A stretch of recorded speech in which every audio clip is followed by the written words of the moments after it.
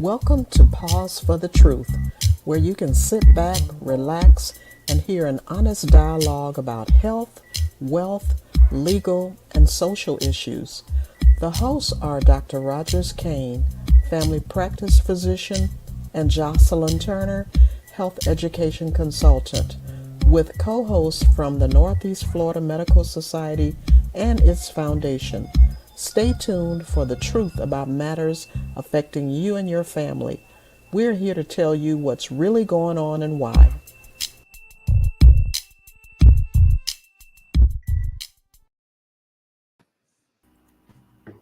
Good evening and welcome to Pause for the Truth. I am Jocelyn Turner, your co host. So happy to hear everyone tonight. You're getting that feedback, by the way, because I pulled the podcast up on my cell phone. So you know that whole distortion there. But such a beautiful evening in Florida as far as the weather goes, anyway. Now, as far as everything else goes, regarding our topic tonight of voting in Florida, that might be a different thing. That may not be so beautiful. But of course, I can't do the show alone without our co host, Dr. Rogers Kane. Dr. Kane, how are you this evening? I'm doing absolutely wonderful. I want to thank everybody, our prestigious guests, for coming and joining us. I'm enjoying the weather as well. And anytime I don't have to take off clothes, I think it's a plus for everybody. Okay. Hey, Dr. Kane, we don't talk like that on this podcast. What are you saying? So tonight, our behind the scenes guy decides he wants to be in the front of the screen, and that is called Tyrone Jackson. How are you doing this evening, Tyrone? I am doing well. Thank you very much. It is a pleasure always to be here. I don't know if I'm going to be from behind the scenes. I just been traveling the last 8 hours to make it here to this show. So we're going to do our very best. Thank you, wonderful guests, for coming on, like Dr. Kane said. So speaking of our guests tonight, we're having a very interesting topic. I think is interesting anyway, as we are in the voting season here in Northeast Florida. We're talking about responsible voting and knowing the consequences. We have three distinguished guests amongst us tonight, and I will introduce each one of them. And I will start in, let's see, how about alphabetical order? Nope, Charles, I'm saving you for last. I'll go to my left. So my good friend, Miss Lavanya Nathan, we've been knowing each other since college, and she has been very opinionated and outspoken amongst our circle as far as encouraging folks to vote. So we welcome Miss Nathan this evening. How are you doing, Miss Nathan? I am fine. How are you today? Oh, just peachy. Thank you for joining us. Also joining us is, if you're in Northeast Florida, okay, so you might be global and you know this other lady because she is a distinguished journalist here in the area, and that is Miss Sylvia Perry. How are you doing this evening, Miss Perry? Good evening. Thank you so much, Ms. Turner. Glad to be here. Wonderful, wonderful. And last but not least, the other guy that's on the panel seems like I've been knowing forever as well. And he is a communicator extraordinaire, flying all over the place. When I call, where are you? Oh, I'm in Turks and Caicos, or I'm here or there. But I called him a few days ago and he was on the golf course enjoying the TPC. How are you doing this evening, Charles? I'm doing wonderful, Jocelyn. Thank you for the invite, and I'm looking forward to the conversation. Wonderful. So although I introduced the others as Miss Nathan and Miss Perry, Mr. Griggs, but from this point forward, you all are Vaughn, Sylvia, and Charles. How about that?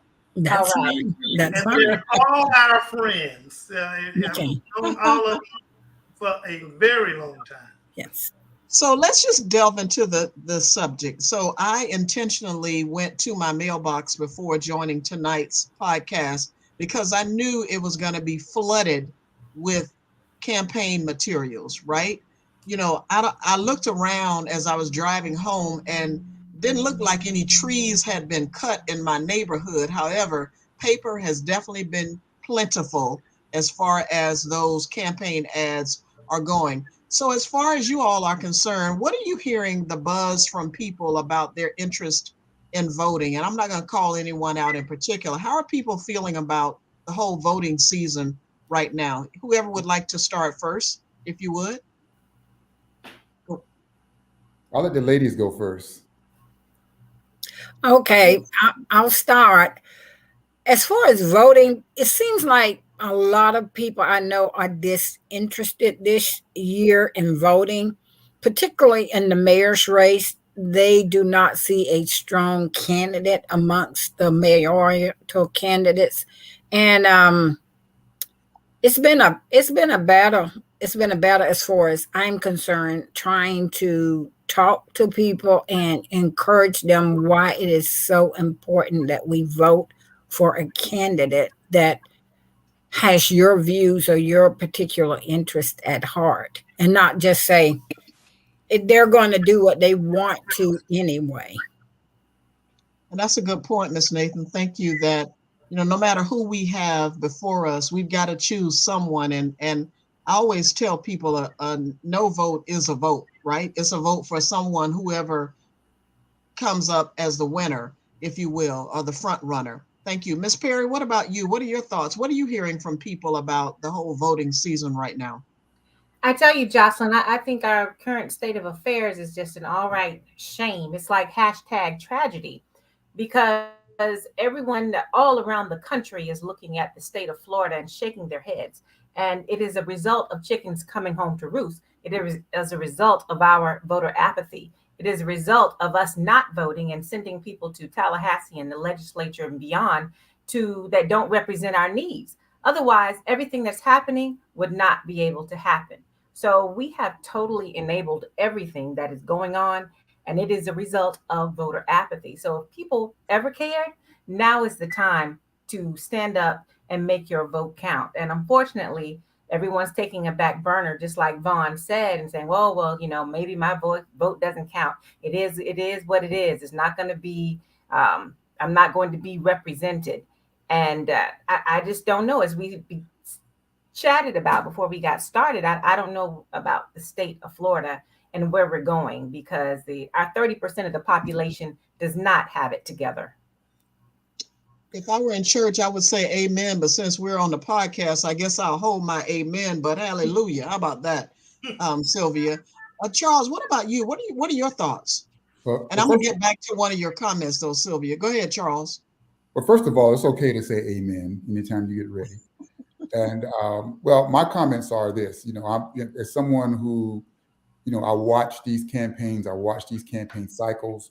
Some of this is multifaceted. One, we are challenged with technology in terms of how candidates approach elections today. In other words, they have no use for people who don't vote. They sort of target super voters, and they know the people who are going to respond to an opportunity to vote for the candidate of their choice. And in doing so, many people who are not super voters, who are not used to participating in the political process, don't engage themselves because they don't have information or they have not been targeted by information. One of the reasons this occurs is because I call it EPS, empty promise syndrome. In other words, the candidates don't deliver once they're elected, and voters feel apathy because they don't get what they wanted from that particular candidate. So why should I vote again? Why should I participate in the process if I never get what I'm looking for? If you think about it, here in Duval County, there has been no policy, not one policy specifically intended to benefit the Black community since consolidation. The only thing people can really point to is affirmative action, and that kind of sort of came out of the consolidation days. But it again was repealed back in late 1990s, early 2000s. So with no reason to vote, with no redeemable outcomes for the people in the Black community, people have apathy. They don't see any reason to participate because the things that they want, the things that are important to them, never seem to come to fruition. Money always gets spent in other areas and prioritized in areas that are not beneficial to people in the Black community. Charles, a couple of weeks ago, we had Ben Frazier on, and if you turn on the television at any given Tuesday, you're going to see Ben at the council. You're going to see him in front of City Hall. You're going to see him really out there advocating and fighting for the needs of folks. How do you get these folks engaged though? If they're saying that their needs are not being issued or addressed rather, how do you get them out there in front of these elected officials or these wannabe elected officials to say, hey, here are our needs. What are you going to do about the things that matter to me and my family?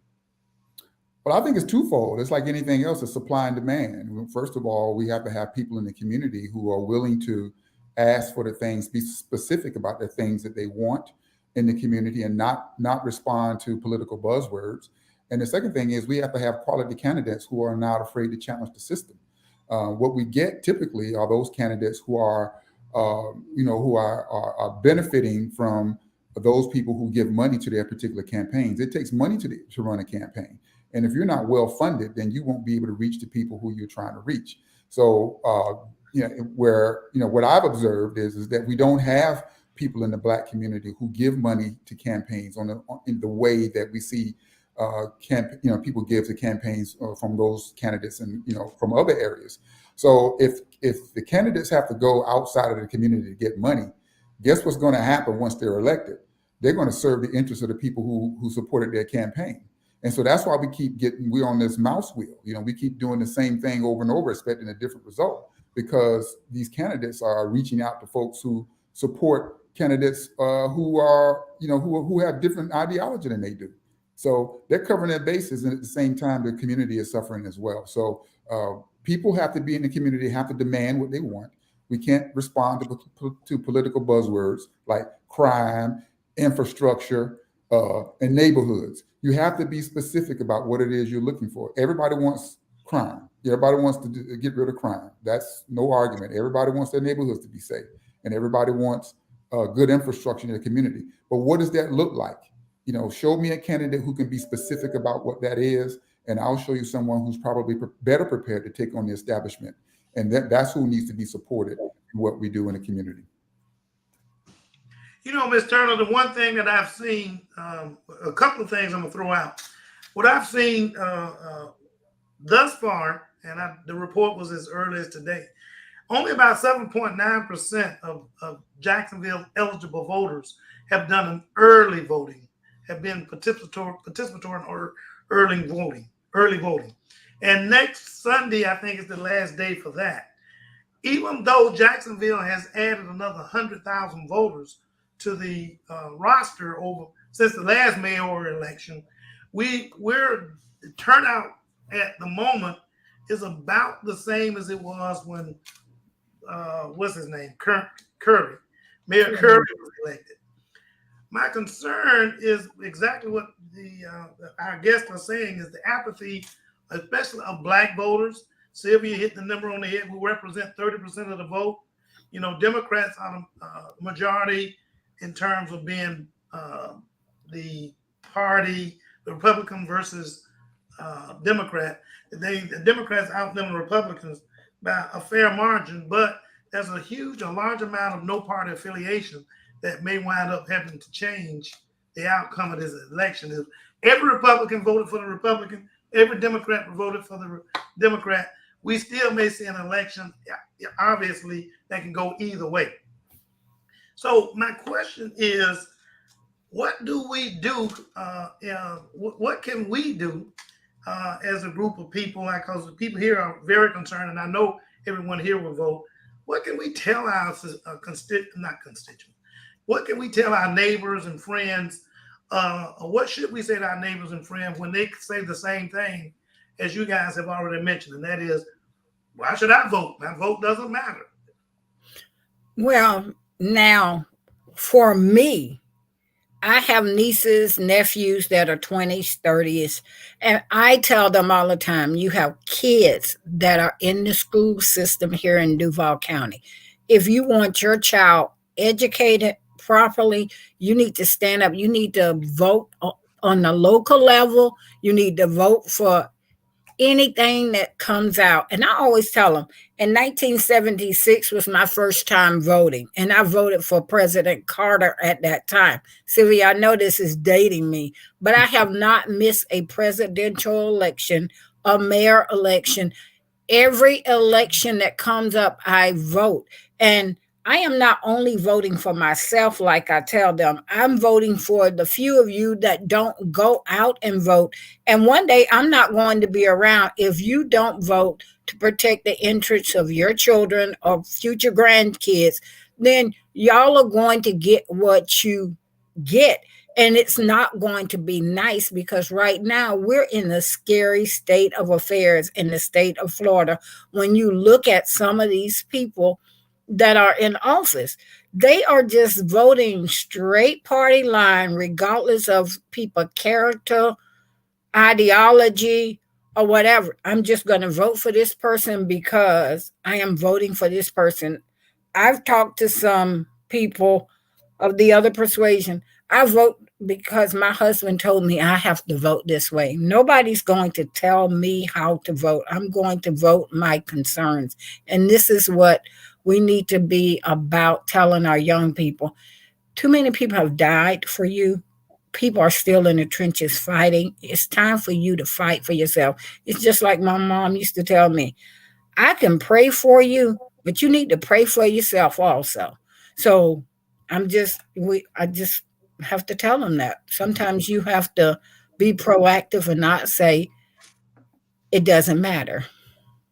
Thank you, Vaughn. Sylvia, you use the terminology, the chickens are coming home to roost. Yes. Now, young people don't understand what that means. So what does that mean, and how does that affect Florida politics? Not to mention, she's trying to date you, Sylvia. I know, taking me back to the Malcolm X days.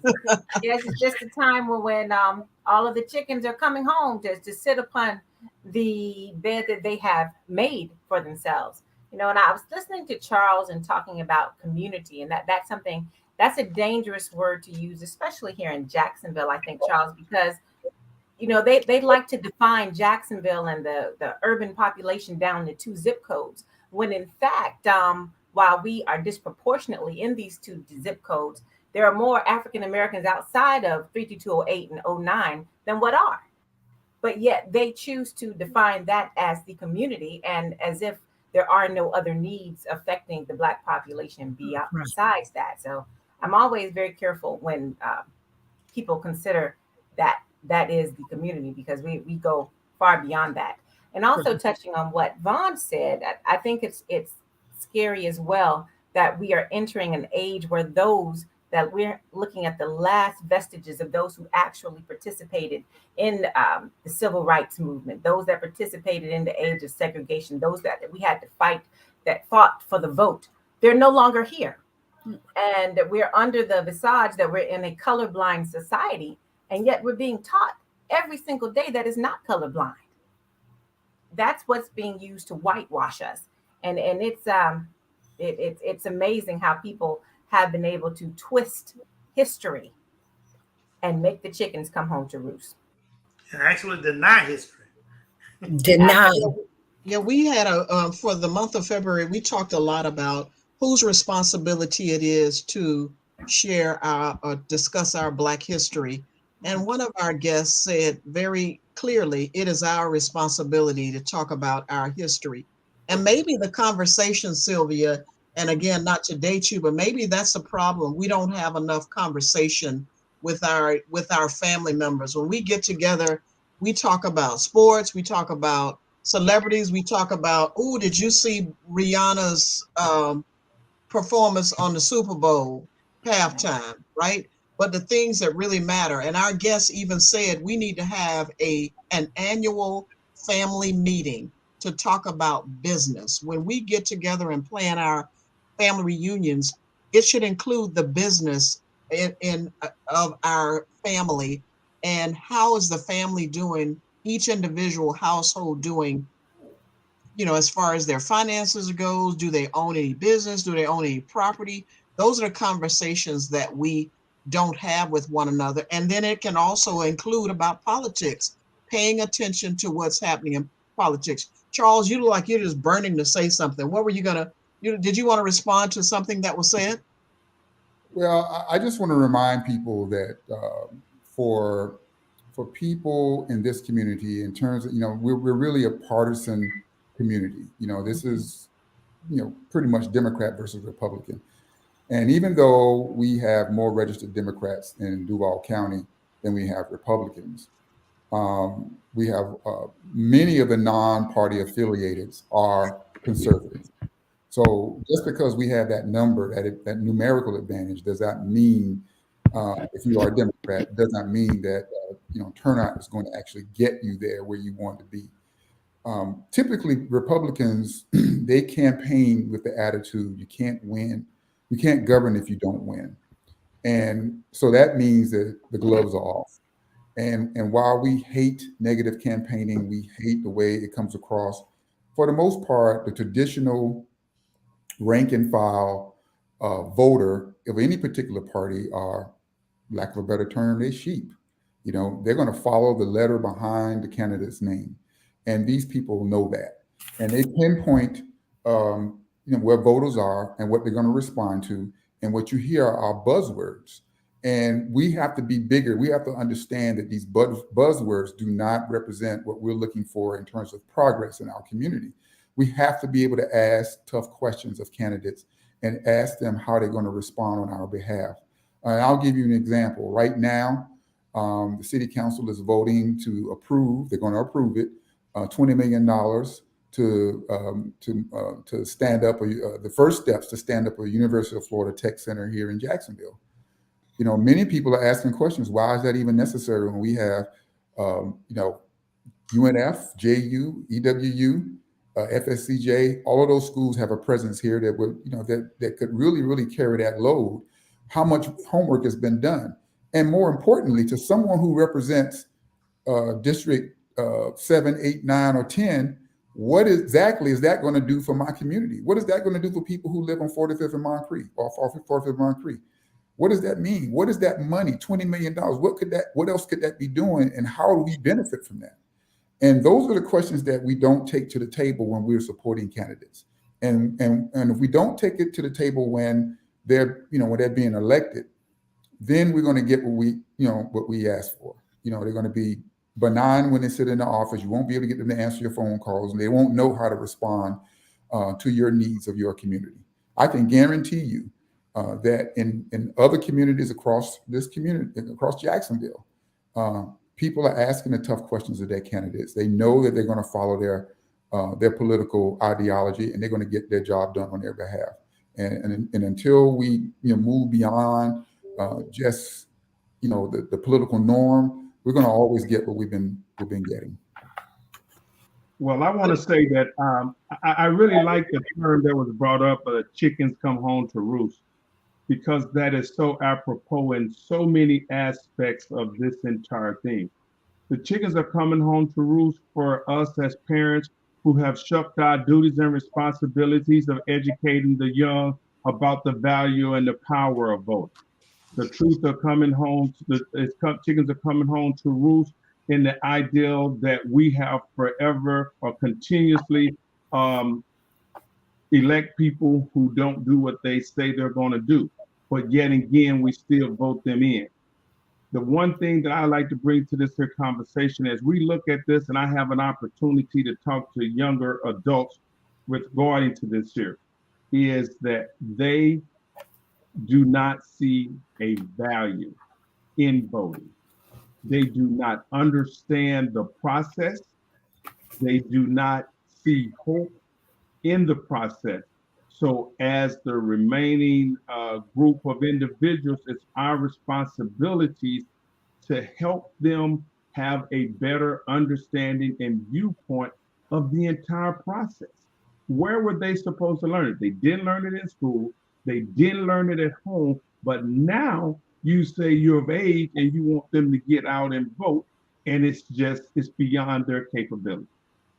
Well, Tyrone, I have to give and I say this all the time, and I probably am not getting and I'm getting some haters by saying it, right? No, who taught them how to get on TikTok and YouTube and Facebook and Snapchat and all those other things? They learn by doing, right? And why are people, that same generation you're talking about, why do they care so much about what celebrities are doing than the bottom line and things that are actually happening in their neighborhood? Why don't they care about what their elected officials are doing? Why, I mean, really, at some point, you have to take responsibility for what's happening right in front of you rather than looking at what some of these celebrities are doing, which has no value on your life than entertainment. Now that's a good question, and it's a misunderstood concept by older Americans. Is that our belief is that them seeing that, doing that, has no value on their life.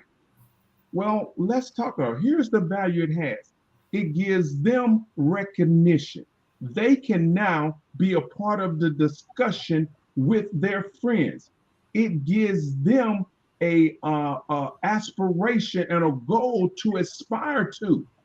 It gives them the ability to have a shooting star to aim for. You do know there was a time when we used to tell our children, do not play video games, because what's the value of it? You're just wasting your time. Well, the video game industry is a $27 trillion industry, and now there are video players who are making in excess of $200 and $300 million a year. So our concept of what is important to them is at odds with what they see in their lives as important to them.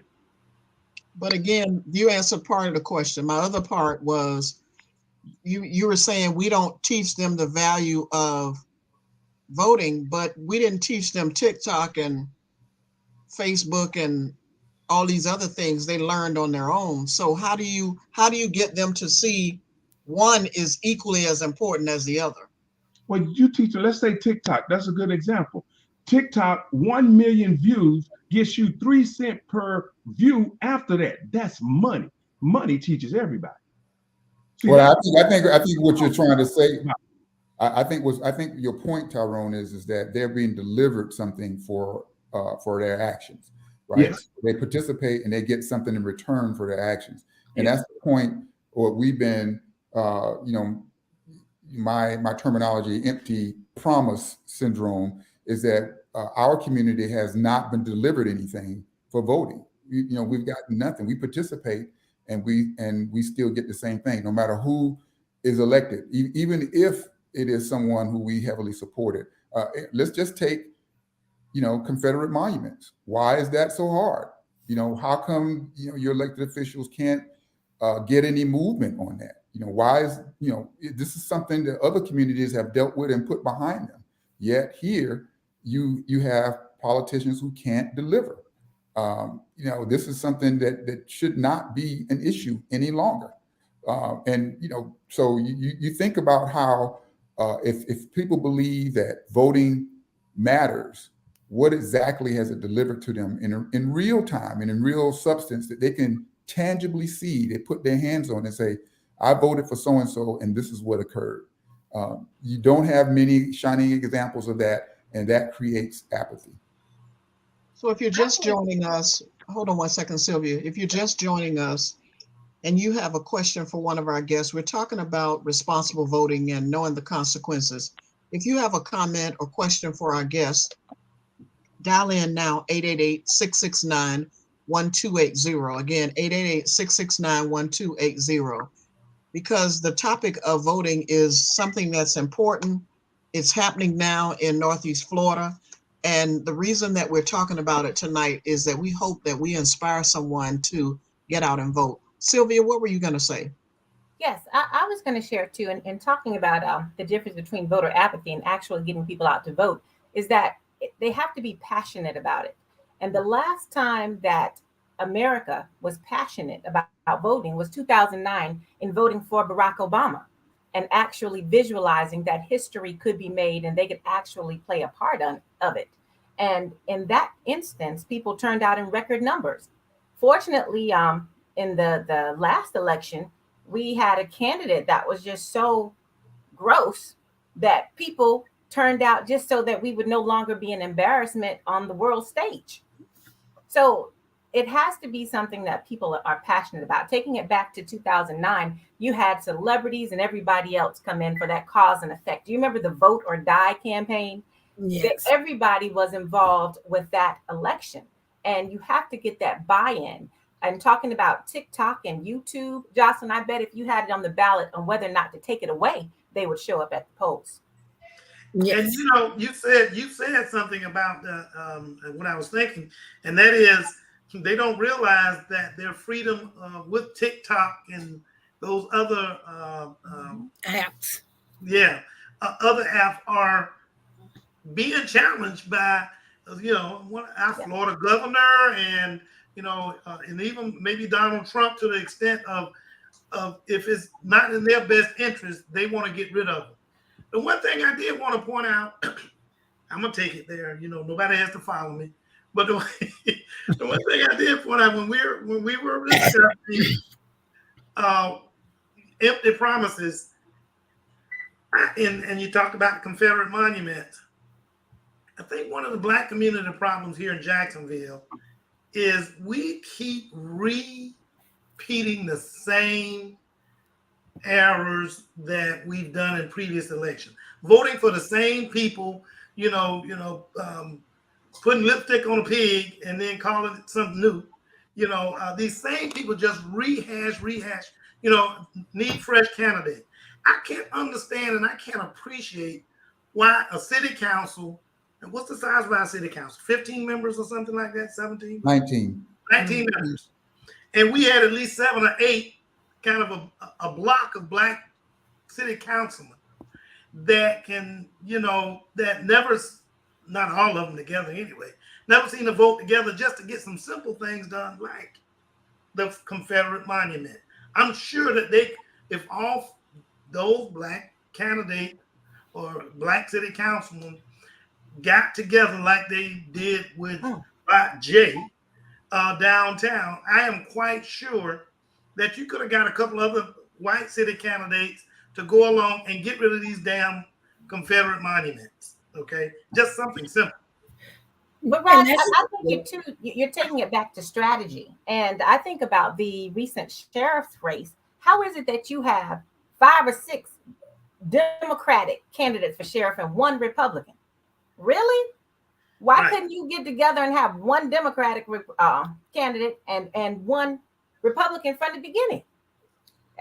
But see, we don't work together like that.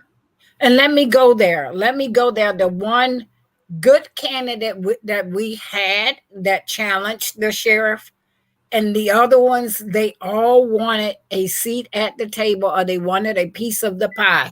And so they sabotaged what we had in order, because they could not get what they want. They were like crybabies.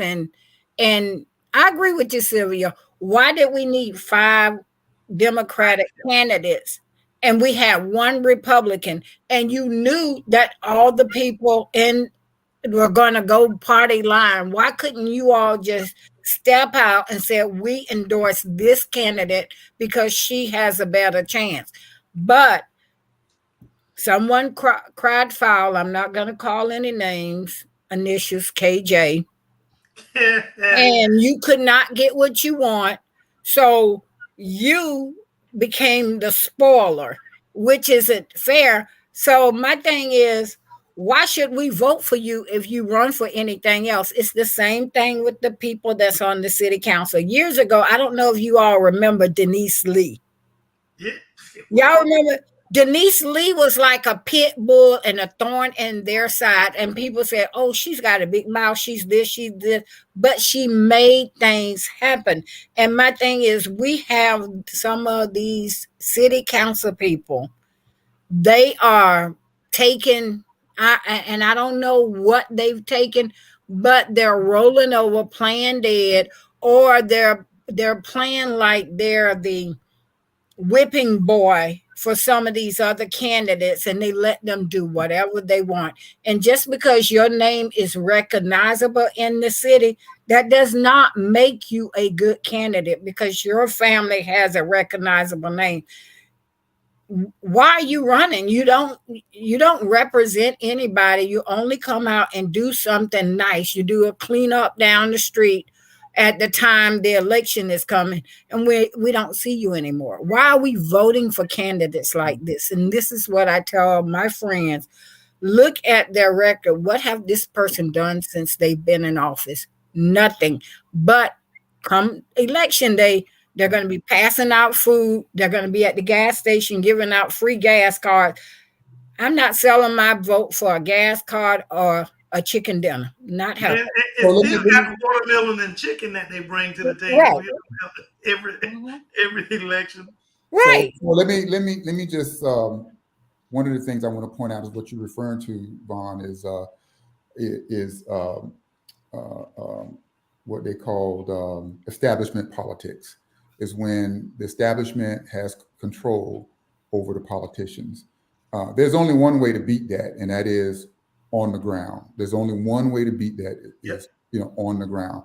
Now I'll go back and I'll use the example of the 2017 special election in Alabama, special Senate election in Alabama, where Doug Jones defeated Roy Moore. I think you all may remember that. I remember that. Roy Moore was a big racist, and he felt like since he was in Alabama, that he just was going to be able to walk into this special election for the Senate seat. Now, what happened is the Democrats, for once, they got off of their high horse, and they leaned on Black Democrats, in particular Black women, and hired them to go find people who had never voted before, who was not engaged in politics, and made them aware of what the circumstances and the consequences were. And in doing so, those rural voters came out and made a difference. They participated in politics, and they upended the establishment politics that had been going on in Roy Moore's camp. Now, the last time we saw anything similar to this, it was during Alvin Brown's campaign. Now, granted, he was, during the runoff, he was supported by establishment Republicans. However, it still took a good ground game to get him elected. Now, what we haven't had since then is, like everybody's mentioned before, we haven't had people who had a reason to vote, had a reason to come out, who've been energized to come out and vote on a local level. We haven't had that. And that's because typically Democratic candidates are not funded well enough to be able to do the groundwork that they need to do in order to reach new voters. Motivate new voters. So other than money, what will get us energized about voting? Well, I think you have to be truthful, and you have to say some of the things that they say, right? Because they exaggerate about they lie about Democratic policies. We're not a border state, but yet we're a border problem, right? And I mean, quite frankly, books are being taken off of bookshelves. Black people are being denied access to books. Black people are being denied access to education. Black people are being denied access to jobs, which comes with education around diversity, equity, and inclusion, right? Black people are being denied college educations because they choose to, or they may have chosen to major in some type of racial studies. Black children are being denied education on a high school level if they choose to take an AP course related to African American history. How much do we care about these issues? Black neighborhoods are being denied because they're last in line for roads and redevelopment. I had an administrative person who shall remain nameless tell me one time that spurring economic development in Northwest Jacksonville is impossible. So there's no way that this will ever be prioritized. Now, the only person who would say something like that is someone who doesn't live in the northwest part of town, right? This is not your home. They don't have passion for that. You can do whatever you want to do, So we've seen them develop swamps and spend money and prioritize money for everything. The first thing I learned when I started dealing with politics is an old senator told me this. He said, politicians fund what their priorities are. And you can tell what their priorities are by where they put their money. So And that's true. And we also Let Sylvia go ahead. Right. She's been on the edge. Charles, I mean, I definitely agree with you on that. But I tell you, until, despite all of the different disparities that you shared, until Black people vote, we're not going to matter or count because we're not viewed as a priority, but simply as a token. If you put your ballot as your voice box, then they would take a lot greater interest in the Black vote. I agree. Now, And we also- the challenge is that when we get people in there, they are afraid to pull the trigger. But when they get elected, they just do whatever the heck they want to do. I got mine, you get yours. That's right. Mhm. I challenge I communicate with elected officials all the time, and we talk policy, and I say, I can't understand how come you won't just do this? Right. Because if it were them, they would just do and They then worry about what's going to happen on the other side. I've lost friends for that reason. Yeah, and another thing is when politicians are speaking to our community, we need to speak our language. When you're talking about roles and awareness and things of that nature, that's not the way we talk about it. Talk about it in terms of how many times you got to get your tire replaced because you hit that pothole. We need to speak a language that speaks to the people who are affected the most, and it always, unfortunately, comes down to money. When you talk it to people and you want to get them motivated, express how what you don't do will cost them money. Express how what you do will save them money. And you can get people motivated and in step with what you're trying to do. But that's for those politicians that really give a damn. Those politicians who have a conscience, and I haven't seen any, to be quite frank, which is maybe that's an oxymoronic approach to things to say a politician has a conscience. I look and see a lot of those guys don't even use the Black press like they need to. They go and spend their monies when they start looking at recruiting votes. They don't spend a whole lot of money in the people that could help get those Black voters out. They go to, Sylvia magazine is well circulated in Northwest Jacksonville. Do you see them stepping up to Sylvia as much as they could, or should, because of her and any other the Black press, or even yourself, Mr. Griggs? You don't see them approach them like white folks do to their press. To whether it's the Times Union or whatever. The Folio magazine. Yeah, they approach those places and give them monies to help finance. Give them monies to advertise for them to market their campaign. Blah blah blah blah. They don't do it with the Black press. Truth be told, much as I hate to say it, even Barack Obama didn't spend as much money with the Black press as he should have. He got elected. Now I give you that. But he didn't spend the monies like he should have. And even our governor candidate, the guy that lost to this fool that we have right now, he did not spend his monies in the best places to connect with the Black community, in my opinion, which was the Black media. So we have 10 minutes left on the podcast. I would like for us to talk about the consequences of not voting. What are some consequences to people? Just really could hit them just bam.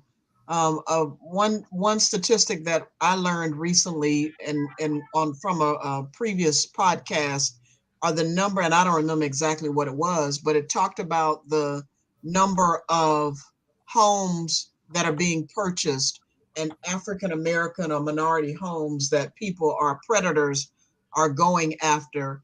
But so there are things happening in communities of color in particular, that that that we are not paying attention to, quite frankly, that we need to pay attention to. And so for the last few minutes of the show, let's talk about what are the consequences of not voting. Well, Jocelyn, I'll just start real quick. The consequences of not voting are the thing you mentioned there is addressing affordable housing. Our local elected officials have not addressed affordable housing in a meaningful way. This problem is going to continue to run rampant. And the first people who are going to be at risk for being homeless, that means like out there on the streets, are going to be people who look like us. They're going to be first in line to do that.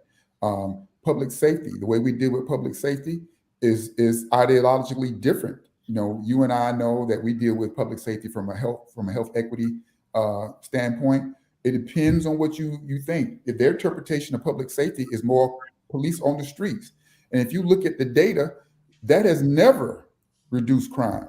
So it is, again, you know, we're doing the same thing to expecting different results.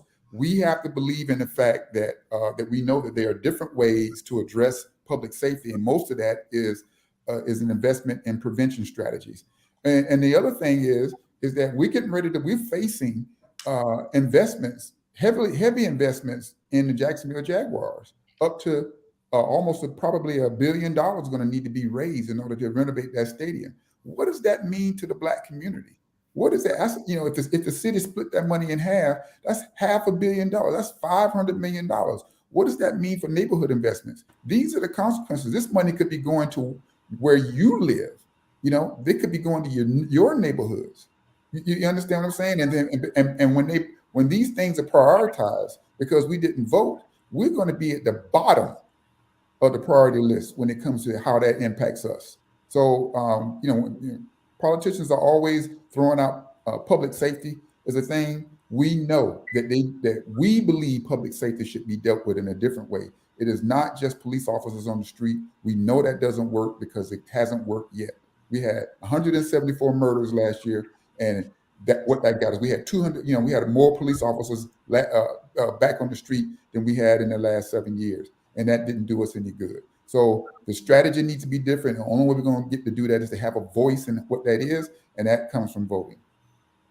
Charles, I agree with you wholeheartedly. You know, I think back when the Jaguars first came, they talked about how much it means for the city, and now we're looking at this investment.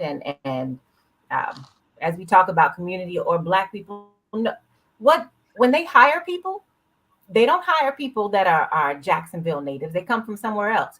All of these football players, XYZ, with these multi-million-dollar incomes, they don't attend our churches. They don't support our businesses. And the last thing we want our children to do is to raise them to go sell popcorn at the stadium. Right. So when you think about what that means for us, it's a totally different dichotomy. We are living the result of what happens when we don't vote. You know, you guys mentioned real quick. You guys mentioned the top issues and buzzwords. I don't know who all listened to the most recent mayoral debate. I didn't, for one reason or another. I didn't listen, but every last one of the candidates, the top three issues: number one, crime; number two, affordable housing; number three, infrastructure. Okay. And they can say what they want to, but they're probably going to put more money into the infrastructure. And I'm going to define infrastructure as being part of the Jaguars. Thank you. Connectivity, not infrastructure like we would like to see happen over in Northwest Jacksonville, where you have food deserts and may not have healthcare deserts, but you're looking at one of the major institutions here in Jacksonville shutting its doors on a whole lot of healthcare services, and maybe even selling to another foreign, when I say foreign, non-Jacksonville healthcare entity.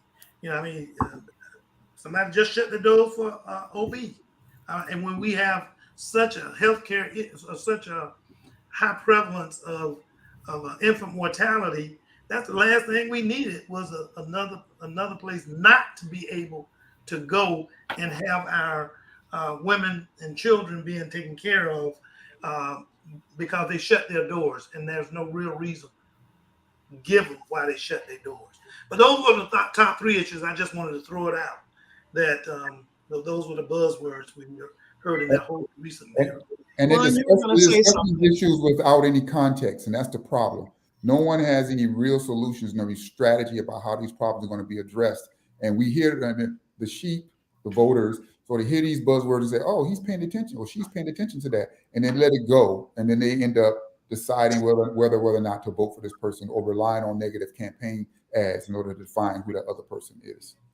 Well, my biggest thing is education. If we don't vote, how are our kids going to be properly educated in this city? Because I live on the north side in 32208. My thing is when I get up to go to work in the morning or used to, you see kids at the school bus stop at 6 in the morning waiting on the bus to take them to Mandarin High School or some other place. Why aren't our school adequate enough for our kids to go to school within neighborhood schools? We bus them all over town. We don't see any of these white kids, and I'm gonna just say it, being bused over here. People will not send their kids to Rains or Rebound. They will not send their kids to Jackson, but we will bus our kids to Mandarin, Atlantic, Frisco. So we'll bus them all over our town. Our kids are just not, we do not have the resources in our schools. And it is time for us as parents, grandparents, whatever, to try and level the playing field with education, because I see that our kids are way behind. When They shut down Henry L. As a matter of fact, I can just tell you real they quick. closed down Henry Kite. Yeah, it will be. This is last year. yeah. Lake Forest Elementary too. I can just tell you right now, in about 5 to 7 years, the public school system as we know it will no longer exist. Exactly. So that'll solve that problem for you, Vaughn. You won't. But here's another thing. Let's look at this. The reason why politics is in the field of political science, because there are mathematical calculations to make this work. Throughout the history of politics, crime, infrastructure, and education are three things you can talk about, do nothing about, and still move on. So huh? You mean move on as in winning? Say what? You mean move on as in winning the election? No, move on in politics means it doesn't carry a negative baggage with you. If you have a platform in one of those three, and you position that to your constituents, and you fail to reach what you promised, you still get another chance. These three things are so complicated in the American system that the expectation of the average person is that nothing can be done. So when I talk to you about education and having better education, well, it's a story I've heard 100 times. And if nothing gets done, my expectations I hear it another 100 times. If you talk to me about crime is something that we all agree that can be managed, we can do better. But at the end of the conversation, when they promise to put more cops on the street, or they promise to come up with another plan, and none of those things happen, they can still talk about it again, because as a populace, we don't say, hold it. You've already said you was going to do this. You haven't done anything. Let's stop the presses. Fix what you say you're going to fix before we move on. So we can say bye to you and go on about your business. All right. Vote them out. I don't care who it is. Vote them out. If they haven't done anything, there's no friends, family, friends or foe. If they haven't done anything that they promised, or at least one of something that they promised, get rid of them. Put more cops is not the solution. Doing something on the front end with jobs and housing, stuff of that nature. That may be more of a solution. That is more of a solution than just bringing a whole bunch of cops, especially in a state where they're not ready to become the Wild Wild West. If we allow that whole legislative The open carry law, that's ridiculous. I would nobody. like to piggyback too on what Vaughn shared with the education and back on the chickens coming home to roost.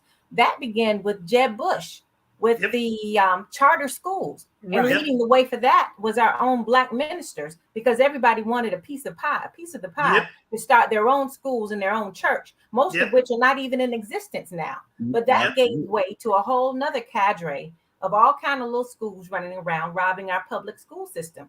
We can go around the north side and look at the closed schools and look at how that causes infrastructure damage and blight and the domino effect of that. And it's just another sad case of what happens when we don't vote. And yet this is something that began with us. I have to say this, I mentioned about Henry L. Kite closing down this year. You can pick up a rock and throw it 3 times and throw it right into the front door of another charter school. They just built behind Roses or the old Kmart. I mean, you closing down a public school and you went over and built in lightning fashion, a charter school in that same neighborhood that some of those people in that neighborhood can't afford to go to. They can get some money from the state. Yeah, we'll see how long that lasts. But I agree with you, Sylvia. They don't build the school unless they know they're getting that money from the state. That's why they build the school. That's why they put it there. Yeah, Yeah, but You're if right. you start looking at the credentials of the people that they have to run it, which is why they don't, the quality of the education of those children when they leave are not up to par. So I had to interject because we're actually at the end of the show. It's always a lively the discussion. hour was never long enough. And the main thing that we wanted to share tonight with you all, hopefully you gathered from our guests, is that we need to get out and vote. At the end of every podcast, we like to give our guests an opportunity to share their final thoughts regarding tonight's topics. I am going to start with Sylvia. Sylvia, what are your final thoughts regarding tonight's topic? I tell you, Jocelyn, we reflected on everywhere from 20 years ago to what has happened in the past 2 months. And the criticalness of us all voting is now. I don't know, beyond our education system, beyond our history, beyond the Confederate monuments, etc., what all it will take to get our people to the polls. But if that's not a way to recognize, I don't know what. You better move. Thank you, Sylvia. Vaughn, what are your final thoughts for regarding tonight's topic? I am going to concur with Sylvia, and I'll just say I'll second motion that. But to make a long story short, we all know that it's critical to vote. And my husband and I have a policy, a plan that we do. We fact check each other with our voting. We vote together as a unit. We go to the polls together and we vote.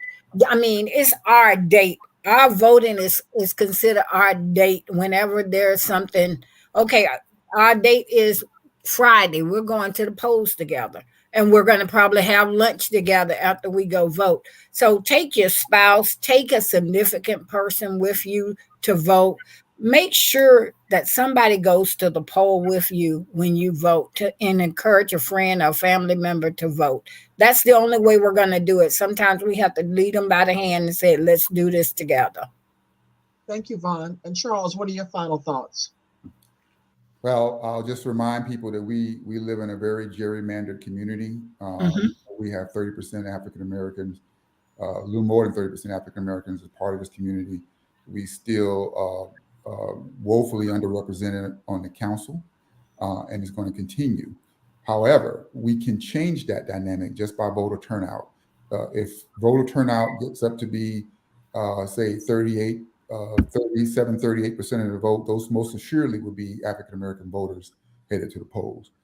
If voter turnout turns out that it was the last mayoral election cycle, where it was around 25%, you can expect the same political establishment to maintain control.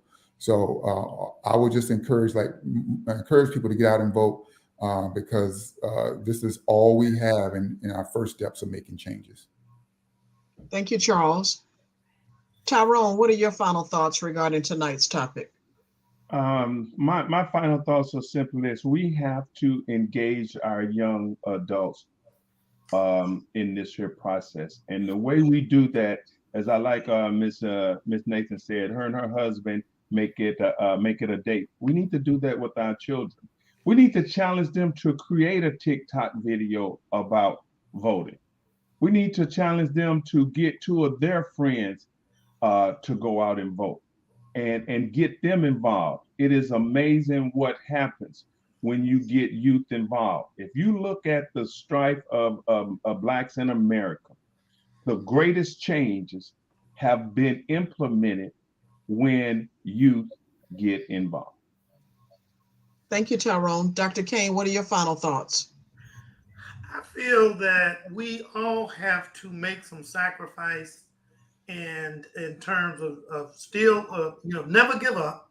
Still try to get your family, your friends, your neighbors, try to get them out there to vote, get them to understand and help them understand that we do not need to vote for someone because of their last name, because they're friends, because or just because they were in the office before and we help recycle them again and again. We don't need to vote for that reason. We need to vote because we want people that's going to come in and do what's best for the community.